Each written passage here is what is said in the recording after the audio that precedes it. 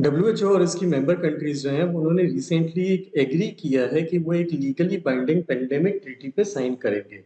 ये बहुत ही important treaty है क्योंकि ये आने वाले टाइम में हम हमारे ग्लोबली जो भी पेंडेमिक के इशू आते हैं या पेंडेमिक जैसी दोबारा कभी क्राइसिस आती है तो उससे डील करने में हमको हेल्प करेगी।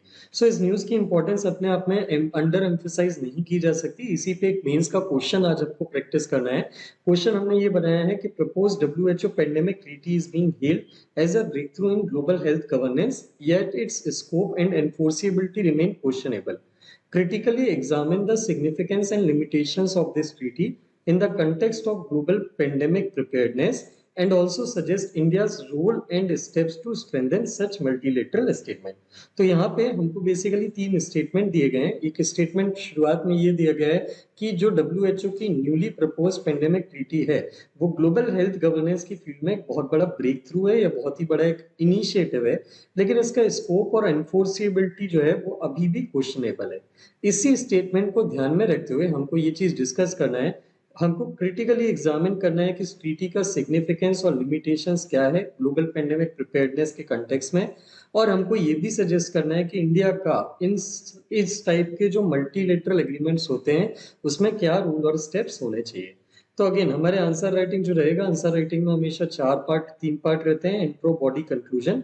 इंट्रो पार्ट में we will introduce about this pandemic treaty जिसको मैं डिस्कस करने वाला हूं। देन बॉडी पार्ट में we are going to write about the significance and the limitations of the treaty which we have been specifically asked about, and then we are going to end our answer with the conclusion. So यहाँ पे before we move on, इस answer को practice करें या organise करें या structure करें, ध्यान रखिएगा इस आंसर को हम प्रॉपरली पूरा पूरा ऑर्गेनाइज और स्ट्रक्चर करेंगे और सीखेंगे कि इस टाइप के क्वेश्चन को कैसे डील किया जाता है और उनको लिखा जाता है। लेकिन before we do that we have to have a thorough understanding of this global pandemic treaty और इसके बैकग्राउंड के बारे में।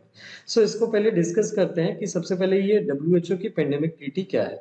बहुत 3 साल से एक बहुत ही बड़ा नेगोशिएशन या डिस्कशन चल रहा था जिसमें डब्ल्यूएचओ के जितने भी मेंबर स्टेट्स थे उन्होंने इस डिस्कशन को कंप्लीट करने के बाद लास्ट वीक ऐसा डिसाइड किया है या फाइनलाइज किया है एक लीगली बाइंडिंग ट्रीटी के ड्राफ्ट को, जो आने वाले टाइम में फ्यूचर में जो भी पेंडेमिक आती है उसको टैकल करने में हमको बेटर तरीके से हेल्प करेगा। ये डील जो है ये नेक्स्ट मंथ मई में वर्ल्ड हेल्थ असेंबली की मीटिंग है, वहां पे रेटिफाइड करने के चांसेस हैं। और अगर ये वहां पे चांस या रेटिफाई हो जाती है तो ये डब्ल्यूएचओ की 75 ईयर की हिस्ट्री में only second legally binding accord है जो कंट्रीज के ऊपर बाइंडिंग रहेगा। इसके पहले जो लीगली बाइंडिंग एक अकॉर्ड डब्ल्यूएचओ ने किया था सारे मेंबर कंट्रीज के कोऑपरेशन से, that was in 2003, that was the tobacco control treaty. तो ये जो ट्रीटी है अगर ये हो जाती है, ऑब्वियसली इसमें बेसिकली यूएस है वो एंगेज नहीं है, यूएस के ना एंगेज होने के अलग कारण है जिसको नीचे अभी शॉर्ट में डिस्कस करेंगे। बट स्टिल अगर ये डब्ल्यूएचओ की ट्रीटी एक बाकी सारे मेंबर्स इसको रेटिफाई कर देते हैं और ये अडॉप्ट हो जाती है तो ये 2003 की ट्रीटी के बाद second most legal binding accord, सिर्फ only second legal binding accord रहेगा डब्ल्यूएचओ की सेकेंड 75 ईयर की हिस्ट्री में। लेकिन इससे पहले before we talk about the global pandemic treaty हम इस बारे में बात करते हैं कि इस ट्रीटी की इंपॉर्टेंस क्या है, why there was a need for this global pandemic treaty. तो हुआ ये कि जब 2021 में दिसंबर 2021 में, जब आपको याद होगा कोविड के सेकेंड थर्ड फेजेस की बात की जा रही थी, तो उस केस में एक ओमिक्रॉन वेरिएंट आया था सार्स कोव 2 का जो स्प्रेड हो रहा था अक्रॉस द वर्ल्ड। और इस टाइम पे कोविड 19 का एक नया सर्ज, नए केसेस, नंबर ऑफ केसेस बढ़ते हुए हमको दिखने के लिए मिल रहे थे। इस टाइम तक आते आते वो कंट्रीज जो कोविड 19 वैक्सीन प्रोड्यूस कर रही थी उन्होंने मिलियंस ऑफ कोविड के वैक्सीन के डोजेस जो हैं उनको स्टोर कर दिया था, and they were not basically providing those vaccine to countries जिनके पास खुद की मैन्युफैक्चरिंग फैसिलिटीज या प्लांट या जो है सर्विस नहीं थी, कंडीशन या वैसी सिचुएशन नहीं थी कि वो अपनी खुद की वैक्सीन बना पाए।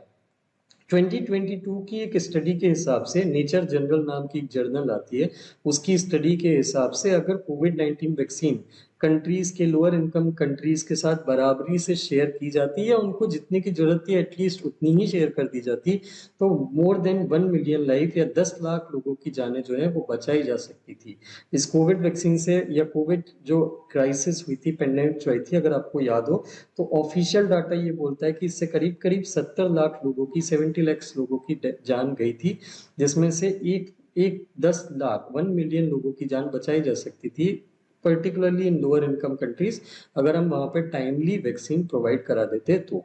2021 की एक और रिपोर्ट है जो एक independent panel for pandemic preparedness और रिस्पांस ने प्रिपेयर की थी। इसके हिसाब से poor strategic choices by the countries, unwillingness to tackle inequalities से डील ना करने की जो हमारी एक कैपेसिटी या टेंडेंसी होती है, हम इनइक्वालिटी के लिए कुछ जो नहीं करते उसको खत्म करने के लिए कोई पॉजिटिव एटीट्यूड शो नहीं करते।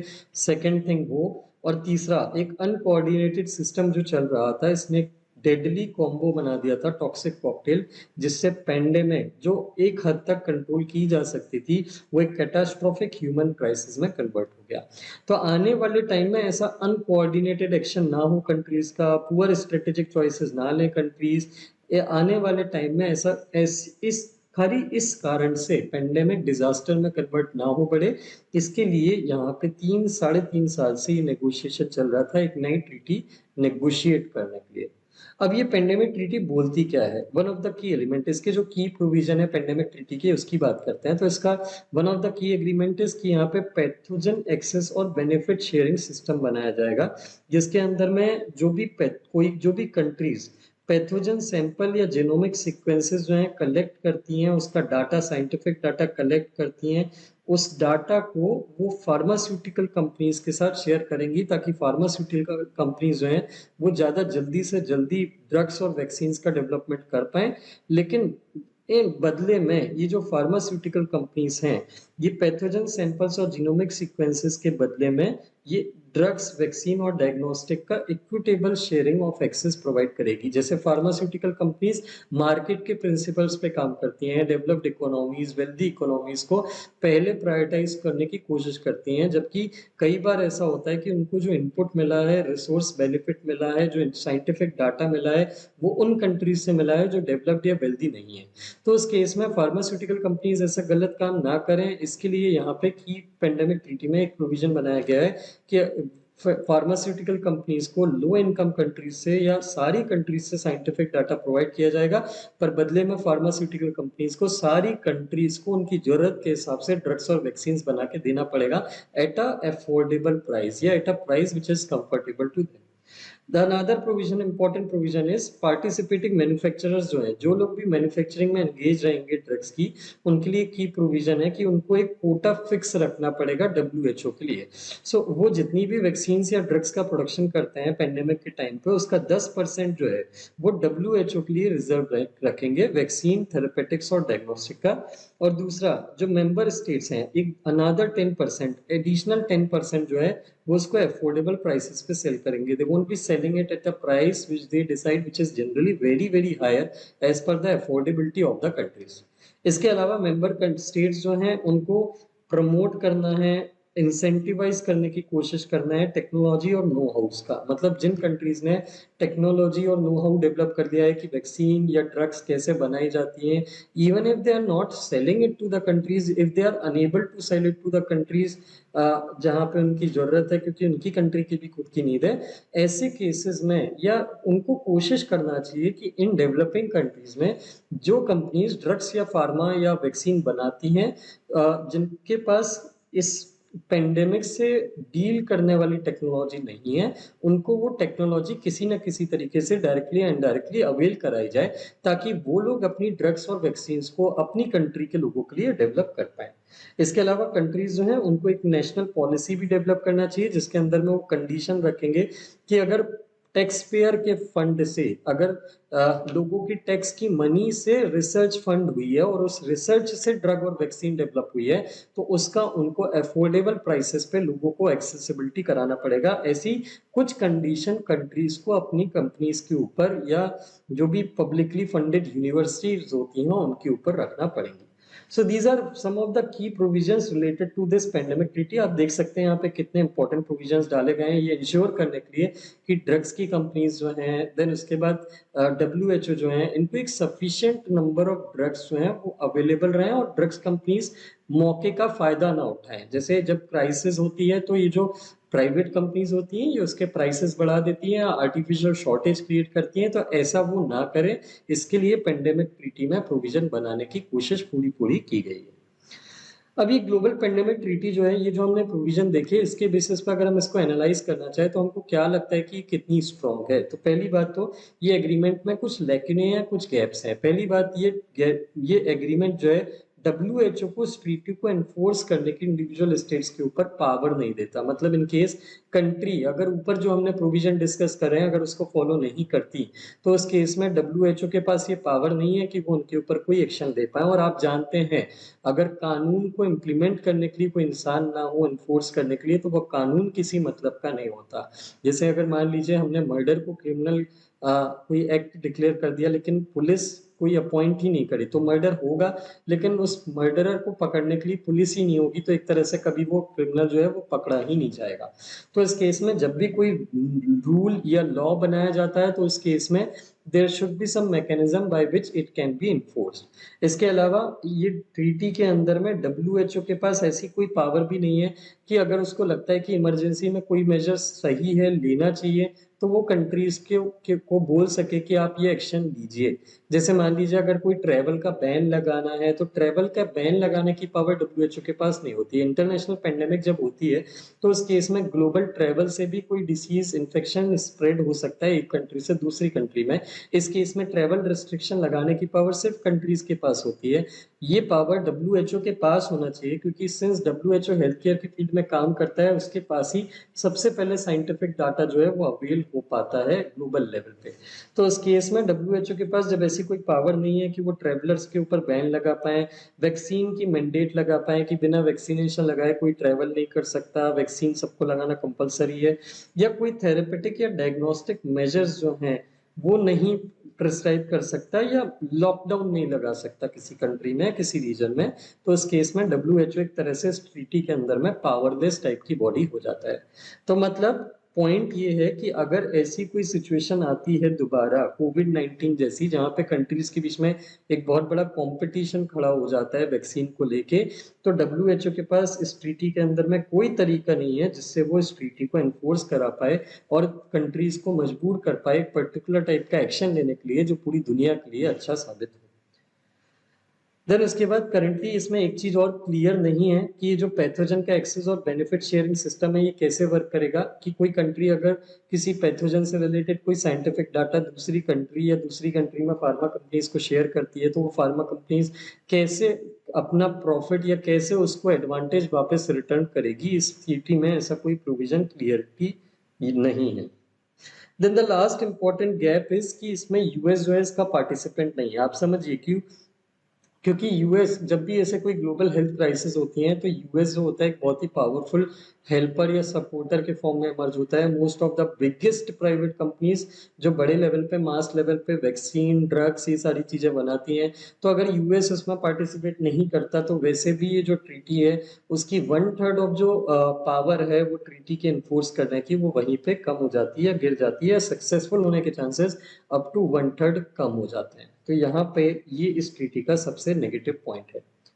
तो अब जब हमने इस इशू को समझ लिया है, तो वापस हमारे क्वेश्चन पे आते हैं जो हमने डिस्कस करना था। हमको डिस्कस करना था कि डब्ल्यूएचओ की पेंडेमिक ट्रीटी का स्कोप और एनफोर्सिबिलिटी जो है ये क्वेश्चनेबल है, और हमको ये एग्जामिन करना है कि इस ट्रीटी का सिग्निफिकेंस या लिमिटेशन क्या है ग्लोबल पेंडेमिक प्रिपेयर्डनेस के मामले में, और साथ साथ में इंडिया का भी रोल और स्टेप्स हमको यहाँ पे मेंशन करने हैं। तो इंट्रो पार्ट में we will write down about the introduction कि ये ट्रीटी हमने क्यों इंट्रोड्यूस करने की कोशिश करी है। जैसे यहाँ पे आप इंट्रोडक्शन में कोविड-19 पेंडेमिक का बैकग्राउंड भी रख सकते हैं कि उसकी वजह से हमारे सिस्टम में बहुत सारी फॉल्ट जो है वो हमको समझ में आई थी।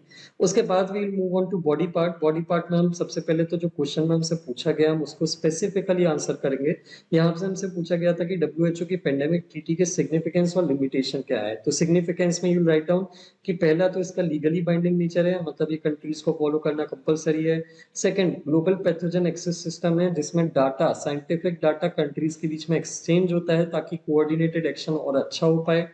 तीसरा, एलोकेशन ऑफ सप्लाईज, यहाँ पे जो सप्लाईज हैं ड्रग्स की वैक्सीन की उसका एक प्रोपोर्शन डब्ल्यूएचओ और लोअर इनकम कंट्रीज के लिए अफोर्डेबल प्राइसेस के लिए रिजर्व रखा गया है।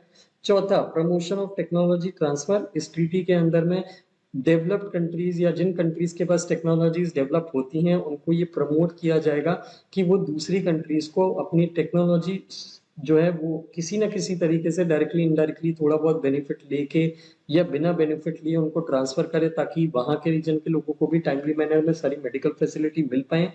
पांचवा, conditioning publicly funded research. Publicly funded जितनी भी रिसर्च होती है उन पे हमको कंडीशन रखना है कि उनको अपनी जो भी डेवलपमेंट है, ब्रेक थ्रू है, रिसर्च एंड डेवलपमेंट है, इनोवेशन है, उसको लोगों के साथ अच्छे से सही तरीके से शेयर करना है at affordable prices.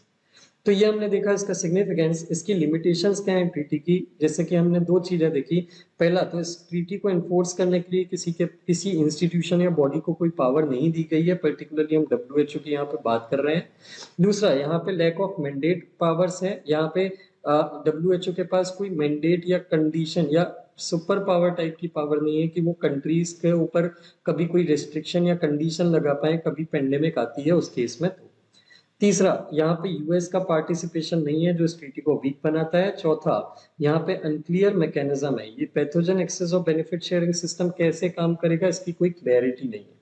And the fifth one and the last one is risk to private sector engagement. Pharmaceutical companies जो हैं ये बेसिकली इंटेलेक्चुअल प्रॉपर्टी राइट्स का वायलेशन बोल के या उसका डर बोल के जो भी नए इनोवेशंस ये डेवलप करते हैं उस डेवलप को शेयर करने से रिलक्टेंट रहते हैं और डिनाई करते हैं, जिससे आगे चल के पेंडेमिक को डील करने में कंट्रीज को प्रॉब्लम आ सकती है collectively. So this covers our body part. Conclusion part में हम अपने आंसर का थर्ड पार्ट लिखेंगे, जहां पे हमसे India specific role and significance की बात, स्टेप्स की बात पूछी गई है। कंक्लूजन में यू राइट डाउन कि डब्ल्यूएचओ की पेंडेमिक ट्रीटी ये एक सही डायरेक्शन में राइट स्टेप है ग्लोबल सॉलिडेरिटी और ग्लोबल प्रिपेयर्डनेस के लिए, लेकिन इसमें जो प्रोविजंस हैं उनको और स्ट्रॉन्ग बनाने की जरूरत है। इंडिया इसमें एक बहुत बड़ा रोल प्ले कर सकता है और इंडिया क्या स्टेप्स ले सकता है इसमें अपना कंट्रीब्यूशन देने के लिए। तो पहला, इंडिया रीजनल मैन्युफैक्चरिंग हब्स को ज्यादा से ज्यादा प्रमोट करके वैक्सीन मैन्युफैक्चरिंग कैपेसिटी को और स्केल करने में हेल्प कर सकता है वर्ल्ड के लिए। दूसरा, ये ग्लोबल इक्विटी के लिए चैंपियन की तरह काम कर सकता है। India is a very heavy voice when it comes to international politics, और इस केस में ये दूसरी कंट्रीज के लिए इक्विटेबल शेयरिंग के लिए एक लीडर की तरह इमर्ज हो सकता है। तीसरा, ये डोमेस्टिक लेजिस्लेशन बना सकता है जो इस प्रोविजंस को, ये जो पेंडेमिक ट्रीटी है इनके प्रोविजंस को इंप्लीमेंट करने में हेल्प करेंगे। चौथा, ये डिप्लोमेसी में एंगेज हो सकता है, जैसे ये G20, ब्रिक्स, डब्ल्यूएचओ ऐसे प्लेटफॉर्म जहां पे इंडिया का एक कंसिडरेबल स्टैच्यूर है और रिस्पेक्ट है, वहां पे ये दूसरी कंट्रीज के साथ बातचीत करके उनको भी इस ट्रीटी की प्रोविजंस इंप्लीमेंट करने में डायरेक्ट या हेल्प कर सकता है या उन डायरेक्शन में मोटिवेट कर सकता है।